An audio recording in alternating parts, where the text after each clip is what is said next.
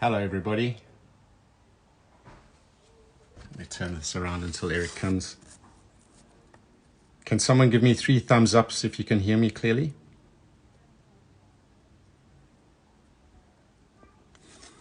Hi. 3 thumbs ups. Hello. We've got Israel, we've got Australia, we've got Greece, we've got so many countries already here. Yay, you guys can hear me. That's great. Now, let's hope it's not April Fool's Day in France and Eric plays a trick on me and doesn't join. There we go. He's here. View.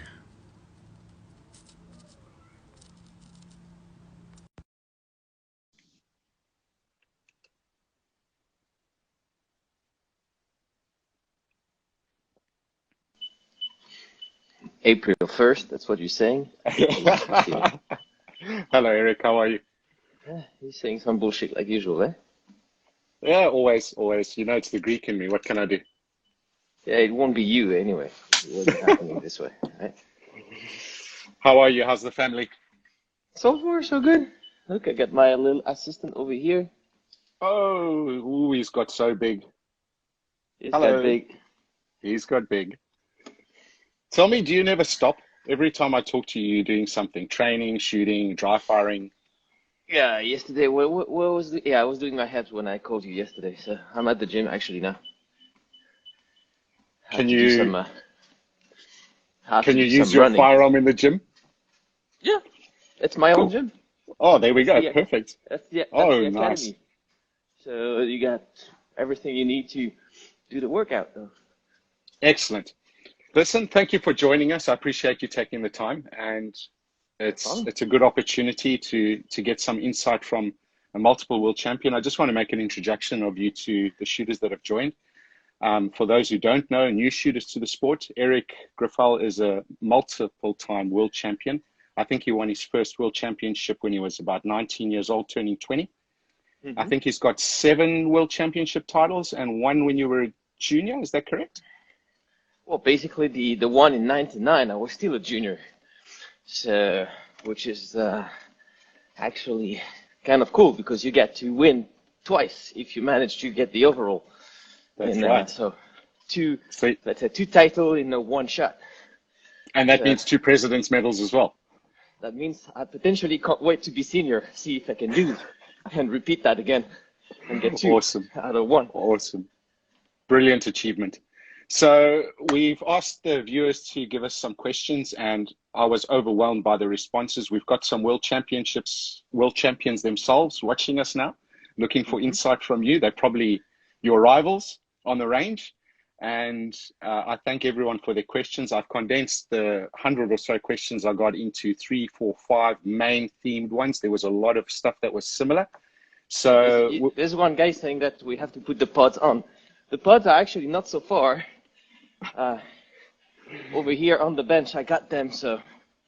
But right now, I did already the gym and workouts, so now I'm just running. So I'm sorry if I'm just bumpy, guys, but I need to get my run done because in the afternoon I got some workout to do for my wife. We pretend you're on the range, so the jumping up and down is good. I think a lot of pods have been sold since you put that video up of you training with them. I've also ordered some. So just to get one thing out the way for our South African followers, do you recall your best time shooting the El Presidente? That was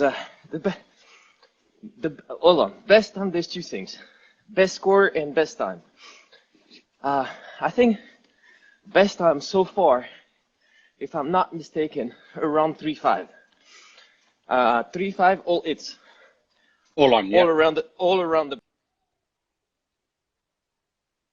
Oh, we've lost Eric a little bit. It's reconnecting. 3.6, 3.7, somewhere around that, like full A's. Very nice. But that's once out of hundreds and hundreds and hundreds of things, repetition, and you just, memorize the timing, memorize the sequence. You also, at some point, try to learn how soon gets the beep, how fast gets the beep out. So you're pretending to start at when you hear it, but actually I'm pretty sure that we all get started slightly earlier than what the beeps comes. So And that time makes a difference. Thanks, Eric. All right. We're talking, 0.1, 0.05 at that speed, at that for 12 rounds. Yeah, that makes a huge difference.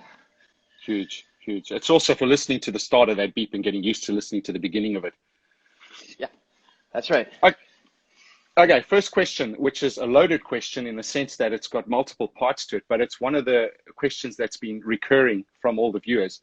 As you recall, World Shoot Florida, you shot in production and you won that match. And then a day later, we both shot the US IPSC Nationals at Frostproof. And you shot that in open division and you won that too. And I physically saw you change gear or press a button and you were in a different dimension, shooting the gun a lot quicker and different tactics because of the scoring. The question is really, can you shoot open division to improve your performance in other divisions, i.e. with iron sights? What is the muscle memory associated with that and switching between divisions? How do you do that? Let's make it clear. I don't think there is a muscle memory into it. But there's, as you mentioned, there's another dimension. That's actually a topic we discussed already with JJ on another live session. I think you were here. Yeah. Actually. And if let's talk just result part. If we look at the matches through the IPSC, production shooters are all of them excellent shooters. There's no discussion about it. You need to be accurate to survive in production since we're scoring minor. So we need to hit, we need to score. So that is 100% a quality that you need to achieve. Either you work or either you have it from the very beginning you start your shooting career. But the main thing is when you transfer an open shooter to production, or let's say iron sights in general, we have a tendency to see that 90% of the cases, 95% of the cases, the open shooter classified himself pretty well in the iron sight division, just because he has this ability to switch gears and switch speed easily, let's say, throughout the stages, depending what stage design it is. They can really adapt their shooting speed or overall velocity of the stage, running through the stage during the competition. The opposite actually is not really true. You take an iron sight shooter, a pure iron sight shooter that come from standard, classic, whatsoever, you put him into open, he has limits. And that's clearly an issue for let's say, for open division, but also in a certain way, the iron sights division. So yes, being able to train and open and iron sight in the same time has two benefits. The open will bring you speed, bring you to another dimension of what you can, what you cannot. You can see a different way, you can organize your timing different, and you realize that some of the timing that you have in an open gun are not that crazy for an iron sight shooter. Even though a lot of people would say, whoa, yes, you can't shoot that popper, it's so many static before that swinger comes out. Yeah, pretty much yes. Yeah. Not that accurate, but pretty much yes. And yeah, so basically training both, let's say, the iron sights and the optic in the same time, 100% beneficial.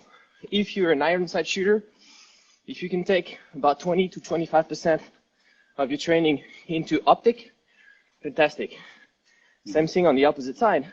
For an open shooter, taking the shots with an iron sights bring you accuracy.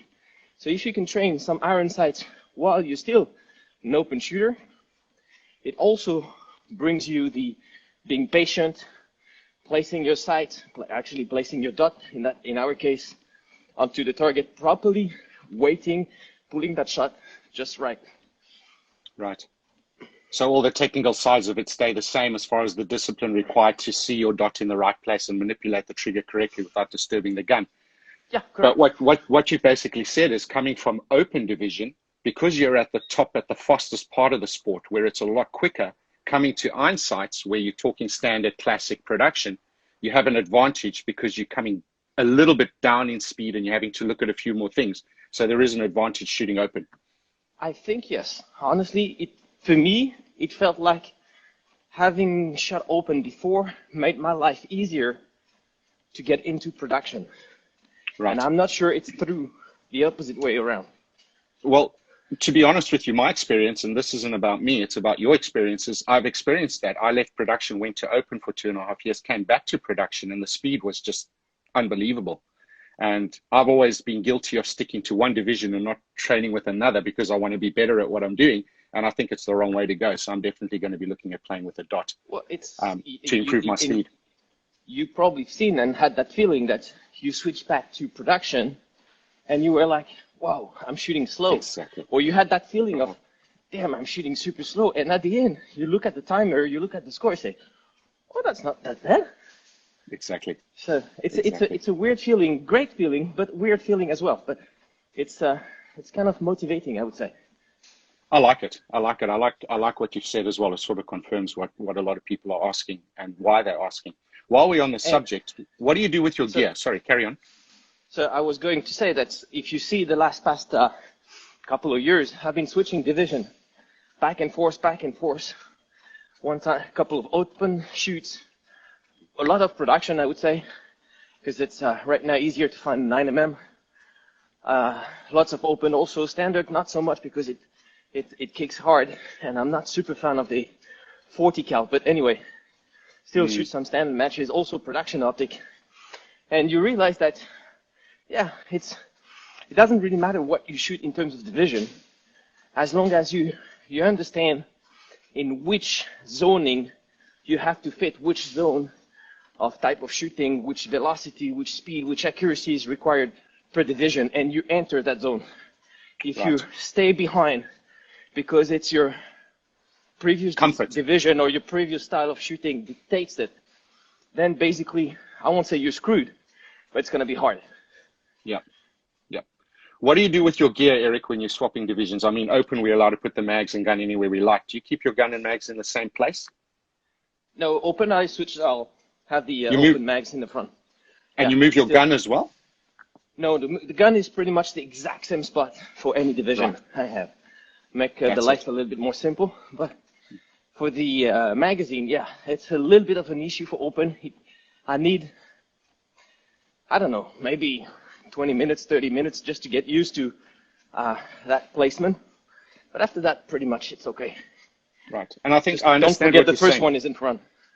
Yeah, so the gun is in the same place because it's critical you get a good grip. The mags, we're swiping down and we're feeling where it is. So it's a little bit different moving that mag forward a bit versus moving the gun, which changes everything. But I've seen a couple of times at the very beginning, switching back to open, I went down to the first, let's say, position on the side, like a production or standard for the first reload. And then I was like, damn, the first one is right in the front. So. Right, okay. Thank you. That's awesome. You'll survive. We got a very good question here that was repeated a few times. What do you know now that you wish you had known when you started shooting? Is there anything in particular you could say that you wish you knew earlier on in your shooting career? It's a tricky question, I would say. Both answer could go yes and no, in the sense, yes, I would have loved to know that before, but also in the ways that if you get to know all this before, will I last that long in the sport, enjoying it and having fun to it, still searching and trying to find out new solutions. So,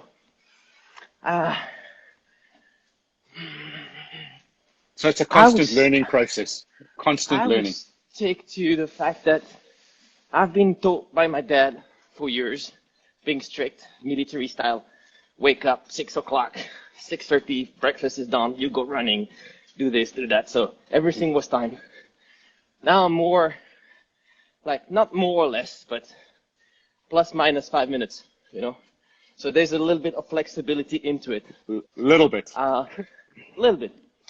But when it comes to shooting, I keep this part where you strict, like super strict, in the sense that there is a protocol which until now, the one I apply, hasn't been defeated, in the sense that even though I screw up personally, which is one thing, the protocol itself repeats and shows exactly how it goes. So if I keep following that protocol, well, necessarily I end up somewhere in the top. There's no, right now, there's no better option that I've found versus that protocol, meaning the time I'm using, calculating the score of people, of my competitors, calculating the hit factors, using strategy in terms of shooting, if I should go for speed or if I should go for accuracy, or if I need to match more or less both. It has been proven to me for years now that this system, no matter what happened, works. Yeah. The only issue with that system is the mental pressure that you can put on yourself. So you will have to deal with, how to say, this pressure that will tell you the truth, in the sense that it's not telling you, like a lot when you get coaches, say, not too bad, it's okay, you'll survive, let's start again, or don't worry, it's only 1 out of 30 stage. Yes, you should worry. A screw up, remain a screw up no matter what. So right. It's lost. Very it's gone. Interesting. Exactly. So, excuse me. That system also will tell you basically directly to you, if you do the calculation yourself, if you're in the right speed, in the right mode, if you're in the lead, if you're second place, third place, or if you're, sorry for the wording, but a complete fucked up today. So that means it's an information that you have to get, you have to deal with.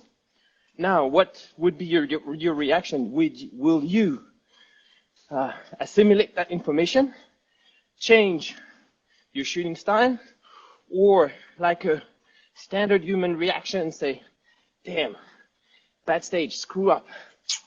Let's turn on a little bit the gas on the next one. Most probably the next one you do turn on the gas, it's also a crash. Yep. More or less, not too big, not too small. Could be a big one, then game over. Yep. If it's a small one, you're like, if I nailed it, that would have been good. Yes, but the main issue is it's that if. Yeah, and we've all been there. The psychological side of it is incredible. It's massive. It's massive. And massive, personally, that's to me, the best part I like into this game. And we know you're a master tactician. You break it down into the smallest little bits and analyze everything. And that's why you do your numbers on the range. So you know how to use the tactic you use to get the goal you want to achieve. Exactly. That's, as I said, it's the protocol. That's the thing. It's which lasts depending of how many days, 5 days if it's a world shoot, less if it's another, like a level 3 match.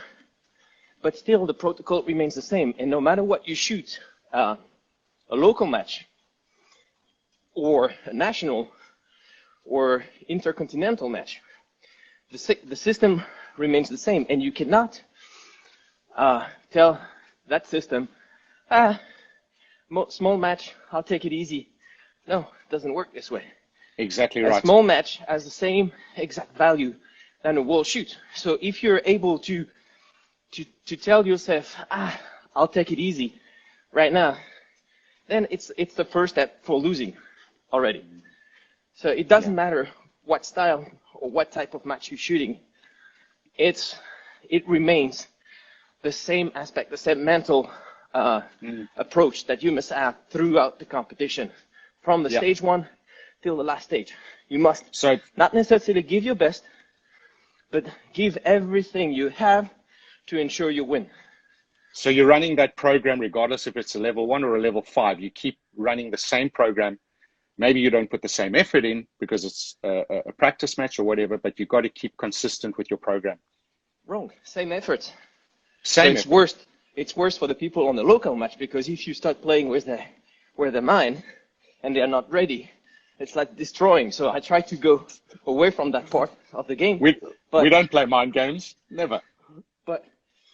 But no, it has to be exactly the same, because otherwise, how can you detect if you fail during the world shoot? If you start having some few differences in your protocol has to remain the exact same way, no matter what competition, a small one or a bigger one. Yep, agreed.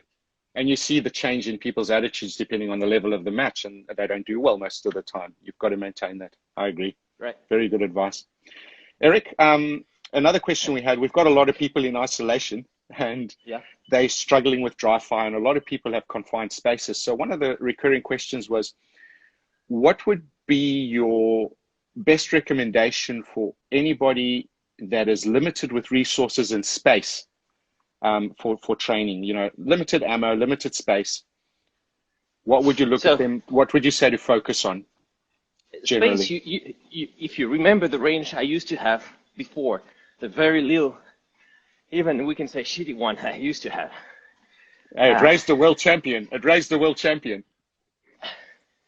But how big was that? It was tiny. Not big. That was tiny. Potentially, we could say 3 bays, but that's not even,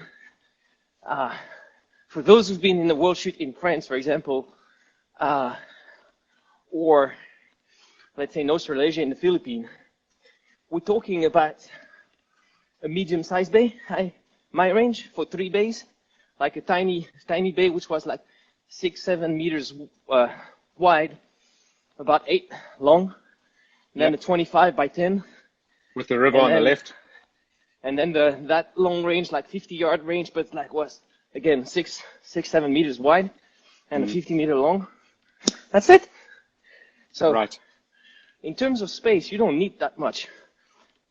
What is critical is more the, how to say, ideas that you can have for your training. A lot of people are going to the range. They said, okay, today I'll work this. Next time I work that. And then something else next time.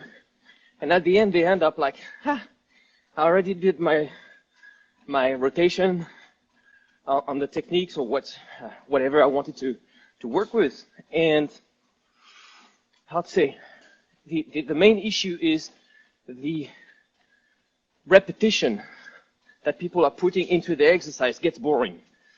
And same thing as I discussed with JJ, it's a topic that lots of people don't like to hear, but if you just keep repeating the same stage over and over, like people are training this way, you're just building a memory, a muscle memory, a mental memory of a situation that you created, which has most likely less than 0.1%, maybe even less than that, to being reproduced in a competition. So basically, you're training something that you will never see in a match, unless the technique that will remain the same, yes. But the technique, you keep it on the same circle, so on the same speed, on the same movement, on the same. Right. So that's why you change. That's why you change everything when you train. Even if you're doing a cadence shoot up and down the line, you starting hands surrender, hands clasped, hands unloaded, gun, kneeling prone. You change it every single time. Yeah. Exactly. So you change the whole whatever. It could be the stance, like it could be your how to say the target order. You change everything. So all the time you have a different sequence. Even though it's a minimum difference, it has to be different, because the first thing it does, it makes you think. It makes you think on your conscious level that, okay, now it's this game. No screw up, stay focused. Yeah. You fuck it up, keep on going. Next exercise, don't do it again. In a match, you have a screw up. You don't have the arrow, hey, let me shoot once more. Here my footwork was not that good, here I could have been faster. No, it doesn't happen. You have to live with it. So the best scenario is to actually learn this from your training, because what you want is that you make a fuck up during your training.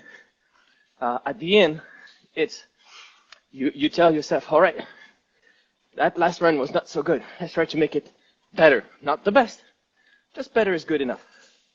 Mm-hmm.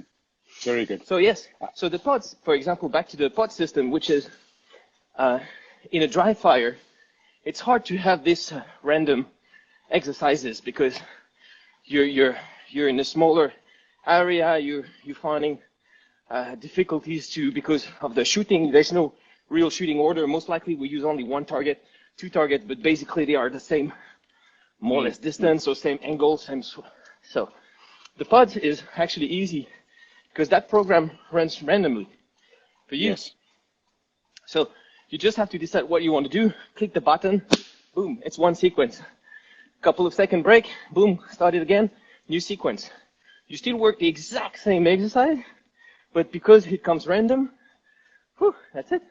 It changes a lot of things, and I'm excited for the pods to arrive because it's going to make my dry fire more exciting, and dry fire can be so boring, so it's a good thing. My son enjoyed it because he didn't tell me, but so you can set also sequences by yourself. So he was playing with the phone, and so he was complaining that I was running too slow, blah, blah, blah. So I was trying to put effort into it. So, because as soon as he's coaching, let's say he calls the exercise, he's the coach. No matter what he says, I'm happy or not happy about what he says. He's right or he's not right. I have to deal with what he's asking. Exactly. So it's even though it's my son. And this freaking bastard, sorry for the word, it's my son, I know, but this bastard, switch it from random to a specific sequence. And he did me do a prone, stand, prone, knee, prone, low knee, prone, crouch. So I went 5 times on the prone. I tell you, number 4 and number 5, stand up, were disaster. I was roasted. Hey, look, it serves you right for making me do that when we trained. I think I couldn't get on the airplane because of going prone every 5 seconds. So I'm glad you experienced it. I said, what's that sequence? No, I changed a little bit. Yeah, thank you. Appreciate that. You know, because of you, I make my students go down with 10 rounds in Australia. We do 10 rounds, start, shoot a popper, go prone, shoot a popper, get up, shoot a popper until the mag's empty. And it's really good exercise for training prone and being safe when you go down, not injuring yourself. But yeah, your little guy is really good there. I like that. So there's actually a good question of, I see Christian saying, how did you get so fast? So unfortunately, there's 2 speeds. There's the shooting speed, the moving speed. So luckily, I managed to go very early in the US and also in the Philippines, where those 2 countries have a really aggressive style of shooting. So they are very dynamic, very explosive. So this I've learned by going there, competing when I was 16, 17, 18, and of course get beaten hard, but said, okay, that's the key. Clearly, I need to focus on being more explosive. Of course, you need to handle your cardio and be able to not run a marathon, but the fact that your cardio is trained, that means that you can actually slow down your heart, increase your heart speed very quick. Fine. But that doesn't bring explosivity. So you work on your explosivity. It's one thing. At the gym, at the range, using the pods, using cones, using whatsoever, short and back force, long sessions, shorter rest, and deal with it. Then we did the shooting. The shooting part is a nightmare. If you do remember, but when we start shooting on the velocity, one of the main issues you had is when I placed a panel of targets, something like 6, 7, 8 targets in front of you, and you need to shoot those 16 rounds. So first thing, try to get the cadence in, increase the velocity between the shot without double tapping. So which is how to say, not easy, because tendency is to go pop, have a huge break, pop, and then another huge break, and then pop, and then you realize that you're like 1.5 to 2 seconds behind the guy that shoots toof all the time, like consistency is better. Consistent. Cadence. Yeah. Exactly. That means your split between the two shots and the split between second and first are consistently the same. And so this was the hard thing. And then we switch gear. When I told you, okay, now we're going to go for 6 mags in a row. So remember that. So it's a lot of bullets. It's lots of bullets. Unfortunately, training this to get your finger working, riding, there's not much you can do unless shooting. And a lot of people will say, yes, it's spend the bullets, shoot them. Yeah, shoot them. That's true. It's not a waste in some ways. It could be considered that you have supposed to go to the range, you're late. You said, I have only 30 minutes. Well, that exercise, 500 rounds, take like 20 minutes. But you did the job. It's not fun. Exactly. Honestly, I didn't like it at all.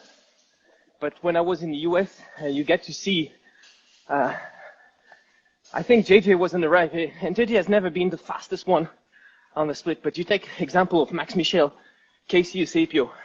Yep. Those guys are just like nuts. They go, it's like, whoa, what the hell? And you feel like you're like, tack, tack, tack, tack, tack, and you're at your maximum speed. He said, we need to change that. You need, probably impossible to beat those guys. Fine, but you have to get closer. Because right now, it costs too much. Yeah. So it took me a lot of time. At that level, absolutely. But I think too many of the amateur shooters focus on splits and they overlook transition times, which is really the low-hanging fruit. If you can't run like that, start now. If you watch, well, there's still half an hour to go, guys. So it's. Are you reading the message? I'm still gonna run. Yeah. So Okay. There's still half an hour for me to run, pretty much. Fantastic. We'll take the time we can get from you. Okay, I've got another question for you, Eric. And this is from a world champion shooter. And what do you do to gain points against your competitors when you're slightly behind? Do you go faster or do you shoot on the move more? What do you do to catch up those points? It's a long shot strategy. You have to specify more the situation where we are. Last day, last stage, first day, first stage. Already the situation changes. Point one. It's a massive story. And yep. two, hold on, I'll show you this guy. He's at the gym, but dry fire is not lost for everyone. So he set up his mat, his everything, and he's doing his work. Fantastic. Good coach. Yeah, good coach. I'm pretty sure what he's doing is actually thinking or preparing some exercise that he wants me to do. Yeah, I think he's tougher than Gigi. He's tougher than Gigi. He's testing the things out to see if it's hard enough for him. If it's hard enough, he would say, yes, good. That's what we're doing today. Very good. That's what I'm worried about that. All right, so the situation already is the first thing. You can't take a decision like this. If you speed up too early and the stage design is not made for you, your chances of crash are too big. So why would you go there? No reason. Now you have to also know the profile of your competitor. Is this competitor accurate? Is he fast? Is he consistent?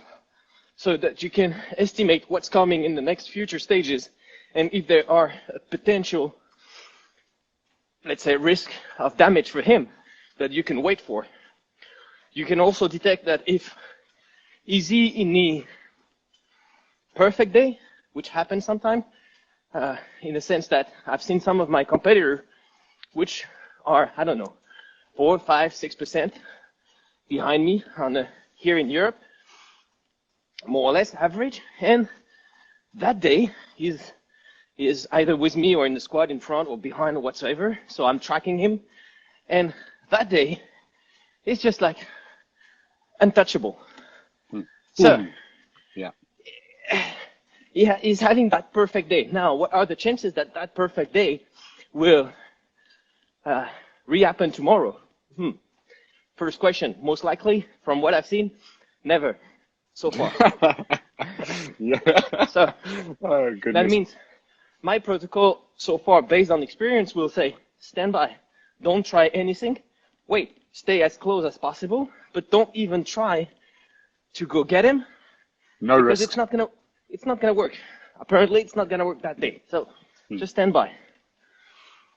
Now, if you are last day, last few stages, you're behind. Well, guess what?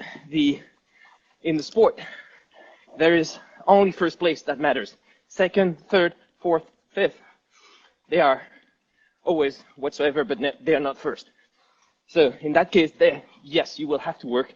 Start looking at some places where you can actually try to gain couple of points here. And that's it. And now, if you use my protocol, or if I use my system, I know already, let's say basically 2 or 3 stages before the end, if I lose or if I win. So that means mentally you're already preparing yourself to the defeat or the success. Right. Because it's run its course now. There's not much you can do from that point on. It's based on the experience and based on the stats. It's mathematical. So the math, pretty much, there's not much of change in the process, in the calculation. So unless, once again, one instant of I'd say being brilliant or being defeated, so where it's a big crash, but that's it. Yeah, I get you. So basically the answer to the question is it depends on where you are in the match. Are you at the beginning, day one, or you're at the last 3 stages? And this is why it's so important for you to know where you're at points wise. The situation dictates so that you can make a proper call. Why would you take a risk if you don't have to? Why would you not take the risk if you have to? Because once again, everyone, no matter which level you are, you fix yourself a goal, which is what you want to win. If that goal is achievable, necessarily you want it, you want to take it. So you need to know what's going to happen, what are the potential outcomes based on this, based on that, and based on the information before. So it's really a risk management that I am running through my own shooting. And you know your levels and you know your limits and you know what you can do on a stage, which is it's important. It's part of that mathematical equation. But be aware, that's like everyone. I'm scared like everyone going to the stage, even though that could be in the lead or not in the lead, or this or that. My competitor shoots a mic no shoot on stage, on a hard target, partial one, like I don't know, 15 yards. There's also a risk for me to shoot that mic no shoot. So I'm also scared, like everyone. Yeah. The only thing is, it's to take your time, be patient. If you have to lose time, don't try to win the 25 point that the guy just dropped in front of you or offered you on the plate, let's say, or offered you if it's not the plate, but just as an offer for free, and try to go for take 15. So that means you invest so much time in aiming that target to guarantee you get the 2 hits, but you don't get the mic no shoot, right? So you're losing time, but you're still collecting the points. So instead of the 25, you take 15. That's fairly good enough already. Good return. Exactly. Yeah. Now, if you can, good. of course, if you can take the 25, take the 25, 100%, because then you have the I'd say the mental advantage on your competitor, because then he's the one running after you, and which is no good. Very, very important. Yeah. Thanks, Eric.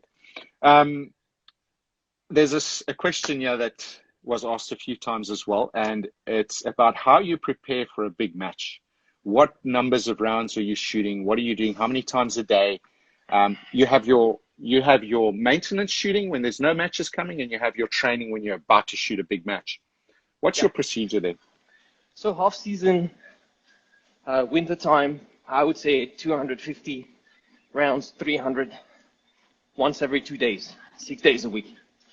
That's a standard thing. So about 2 to 3 times a week, I'm going to the range. Then you have the during the season, so not the major matches, but during the season, it's normally 500 rounds a day. So it takes about an hour and a half, depending what I'm shooting, to run those 500, and 5 to 6 days a week, same thing. Wow. So that's on the shooting side. In the season, same thing, going to the gym, pretty much 1 hour every day, switching from cardio to gym. Yep. 1 day cardio, 1 day gym, 1 day cardio, 1 day gym, 6 days a week, 1 day rest. Even though I feel now I'm kind of drug addicted to it, so it's like I'm going there every day. And then major matches, the prep starts about 4 weeks before, the real prep for it. The conditioning, we can say. Yeah. Conditioning consists of 2 live sessions per day, or a huge one, with the same amount of rounds per day. Close to 15, at least 1,500, if not 2,000 a day. And that for 4 weeks nonstop. And that's every single day. So if you take... So it's amazing. It becomes like breathing. Shooting just becomes like breathing. If you take a month's prep for, like the World Shoot, it was slightly less. We got some issues, but I was about 35 to 40,000 just before the World Shoot in France, to give you an example. And Florida was the same. I was on the range when I was there like 2 weeks before. I was going to the practice range every day, and I was doing like 1,200 a day, something like that, for like 2 weeks before the match. Yeah. So your hands hurts, your feeling hurts, your body hurts, and everything. So you shoot until 2 days before the match. Then the 2 days before the match, stop everything. Do nothing, relax, do things with the family. Nothing about shooting. You can barely see. You watch the gun, but I think I don't even touch the gun at that point for 2 days. And then that fluid comes into your body saying like, damn, I want to 24 shoot. hours of that shooting. It's like my hands wants to shoot. They are painful, but it wants to shoot. And the second day is the worst. It's the opening ceremony. And it's like, let's get to shoot. Let's go to the range, see if I check the zero of the gun. No, you don't even go. The zero was done already. So basically. So trust your training, trust your equipment. You've done the work. It's time to anyway, it's relax. done. It's already. Yeah. It's done. So there's not much you can do anymore. But that, what we call that juice that builds up into you, get you the feeling that, whew, I need to go. Yeah. Give me a beat. Give me a stage. Give me something. I need to go. And right. That's most likely the best moment, because when the first briefing starts, I freak out. That's like the heart goes. The feelings, you got all the people watching. You got the super squad with you, and I was like, whew, we're doing it one more time. Again, putting yourself in danger, putting yourself in pressure for 1 week. And that's terrible. That's pain. So you turn it on and off when you need it. Right. How do you look at that first stage at a major match? Are you reserved? You pull back 20%? Are you conscious of what you're doing? Or you're just like, I'm seeing my sights, I'm shooting alphas? It's a good question. It's same thing. I think we talked about it with JJ the other day. It's protocol in Europe. It's like, stage 1, let's go easy, relax, do your first stage, get on. The Build second one confidence. slightly faster. Yeah, exactly. Start, I don't know, 75, 80%, and then second one 90%, and by third, fourth stage, you're up to speed. That's very European style. And 98, 99, 2000, I was in the US, and I was using that protocol. And in US, in the Philippines as well, actually, those guys are crazy. It's 100% right away, stage 1.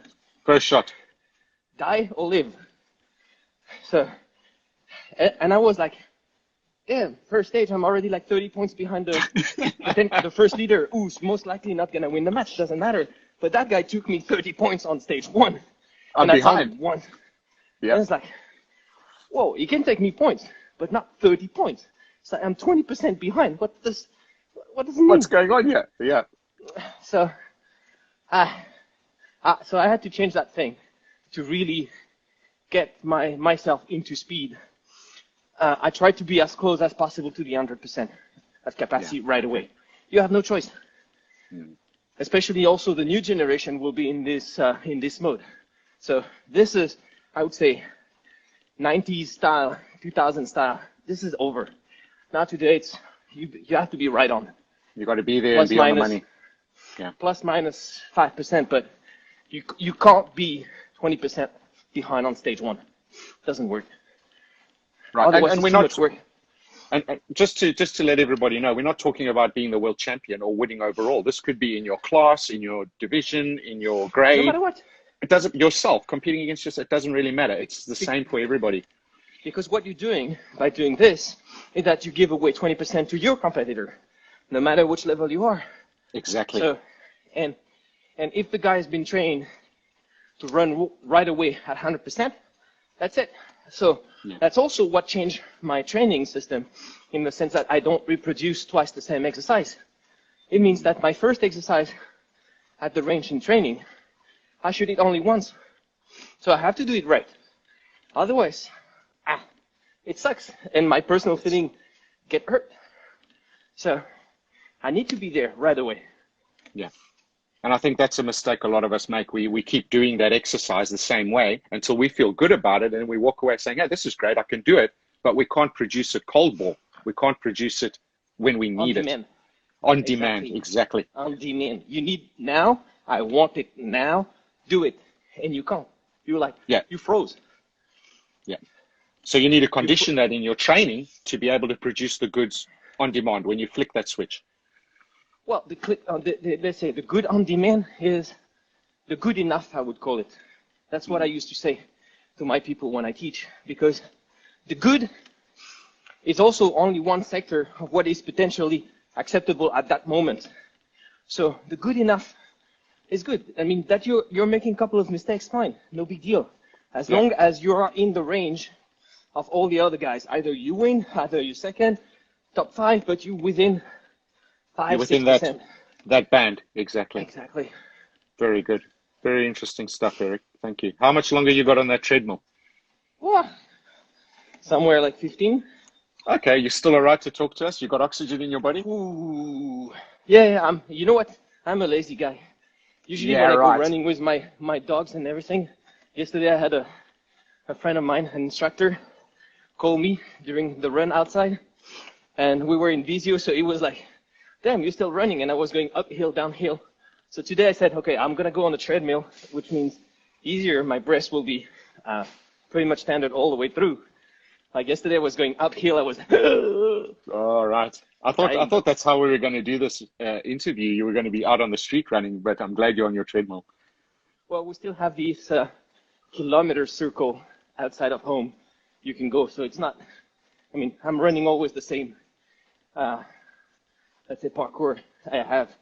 Which is at some point boring. Good for the dogs. For my 2 dogs, they are happy, but there's a limit to it. I see always the same people, same faces, same ground.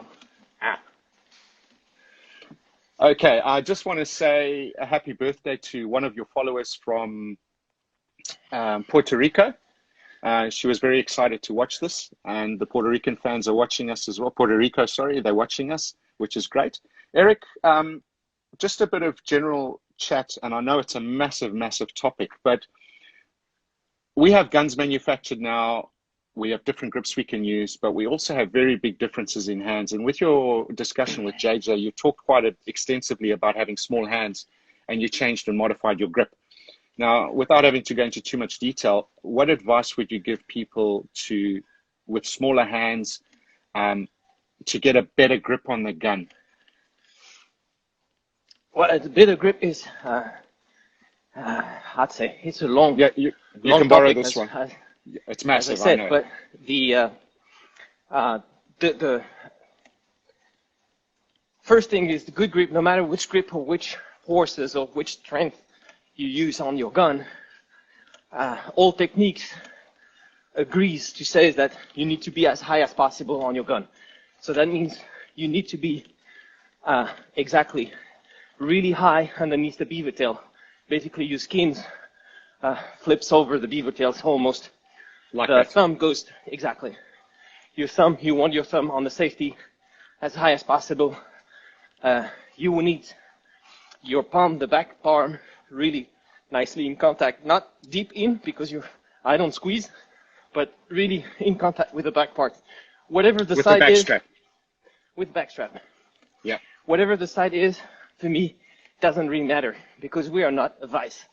We're not made to produce any strengths left and right onto the gun.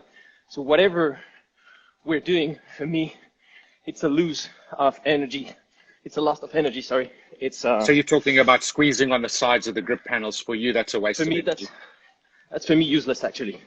Right. You do it indirectly with my technique, but you don't do it on purpose, which means that you're not using your forearms to compress or to connect any energy sideways.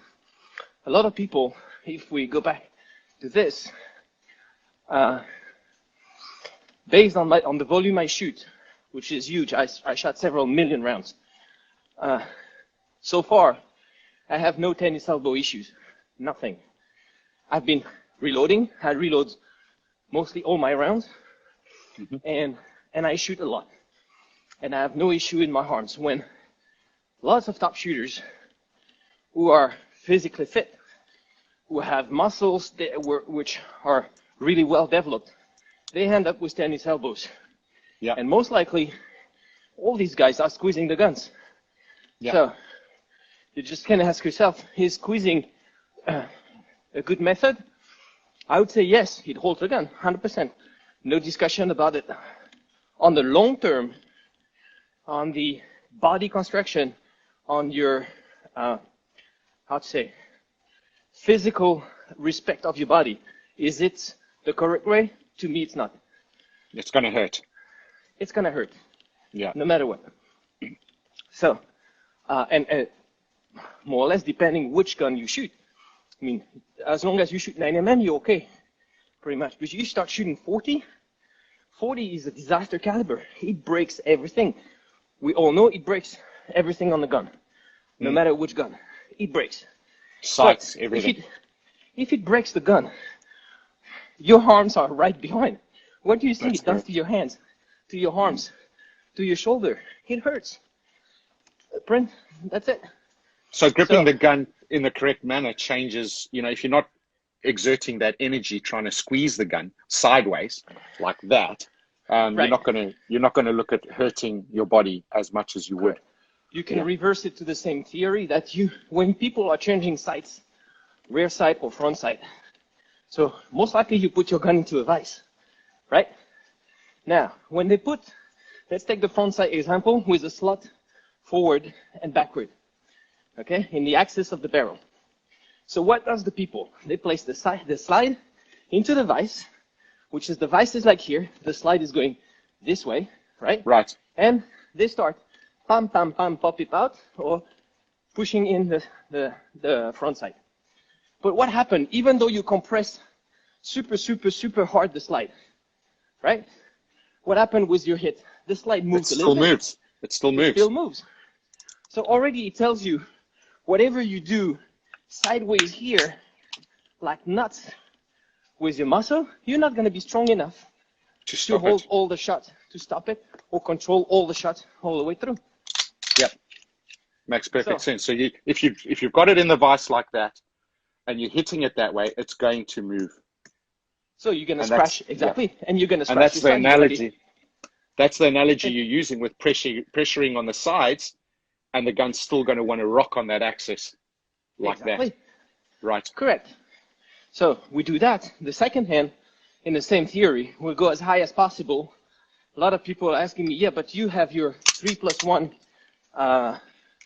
3+1 finger when most of the people are using the 4 fingers. 4. Yeah, exactly. It doesn't change. I've been using the 4 fingers before. I changed to 3+1. Honestly, I call it, when I teach, shooter preference. As long as you feel comfortable, that's what matters. Correct. But you want to be the same theory. You want to be as high as possible onto your gun. So as close as possible to the slide movement without affecting the slide. I mean, without having your thumb touching the slide and so on. But right. Very strong on the top. Okay. And basically, I'm using a Weaver style system, like a push-pull, which of course, a lot of my people have a hard time switching because it's a hold style, but it's not, I believe, not wrong, because the axis of the forces are back in front, and I can place that force back in front onto the gun. So your front strap and your back strap are the most important surfaces to grip your gun. Correct. Basically. The sides also are important in the sense that they guarantee the placement of your hand, right? But this is not where you place the maximum of the force or most of the force. Force goes in the front and in the back. Basically, the back is used to control the recoil when the gun is opening and cycling to eject the brass, while the front is used when the gun closes. So when the gun goes back in the front. Right. So you're just equalizing that push-pull somewhere in the middle at your full extension, so it's comfortable. It has to be equalized. No matter what you do, whatever forces we apply on the gun, even then if you squeeze, doing this movement as a squeeze, you equalize both sides. You have like the same amount of force left and right. It doesn't mean that you have the same amount of force per arm, right? Because each arm has a different potential development of force. So maybe, I don't know, the 100% power you need on the right side is maybe only 50% of your strong arm, while the second 100% on the other side to maintain the gun stable is maybe 70%, 75% of your weak arm. So that everyone is different, has to be working on it. But to me, the force, the energy to be placed back and front, barely nothing on the sides, useless. The day you need the sides, it's because your gun is blowing up from a double charge or a bullet into your barrel. So that's going to be one round. So you want the sides, right? No, but that's going to be one round. One round. So the truth of the matter is, you know, we start looking at very successful shooters like Maria, and we compare them to you or any other male shooter that's obviously got a lot more strength. She's obviously not holding the gun as tight as you are, but she's still a very successful winning champion shooter. So that proves that it's not all about grip strength, raw strength. No. It's about technique. And she's not squeezing like nuts. If you look at her forearm, when you look at her arms when she shoots, you see the forearm, you see a little bit of the muscles, but they're not popping out like crazy here, where you can imagine that she's squeezing like nuts. Mm-hmm. She's most likely not squeezing too hard, too strong on the gun. That's almost for sure. But the technical side of how to grip the gun is perfectly correct. Hence, she gets the sight tracking, the consistency, and she can have her follow-up shots. Yeah, and you see the speed she shoots. She shoots fast. Yep. So that means her system, whatever technique she uses, is first consistent. Second, it's powerful, because based on her height, her body construction, and as you said, she can't be as strong as a male, even though she's a strong girl. She can't develop as much as a male. So she has to be able to manage all the power of this gun properly, and she does it. So necessarily there's something here. Correct. Agreed. And it proves the point of the grip being not necessarily about brutal strength. And yet there's two sides to this. A lot of people are coaching, just hold it as hard as you can. And then people lose dexterity in their trigger finger. It becomes a bit nasty. Do you think double tap is worth it?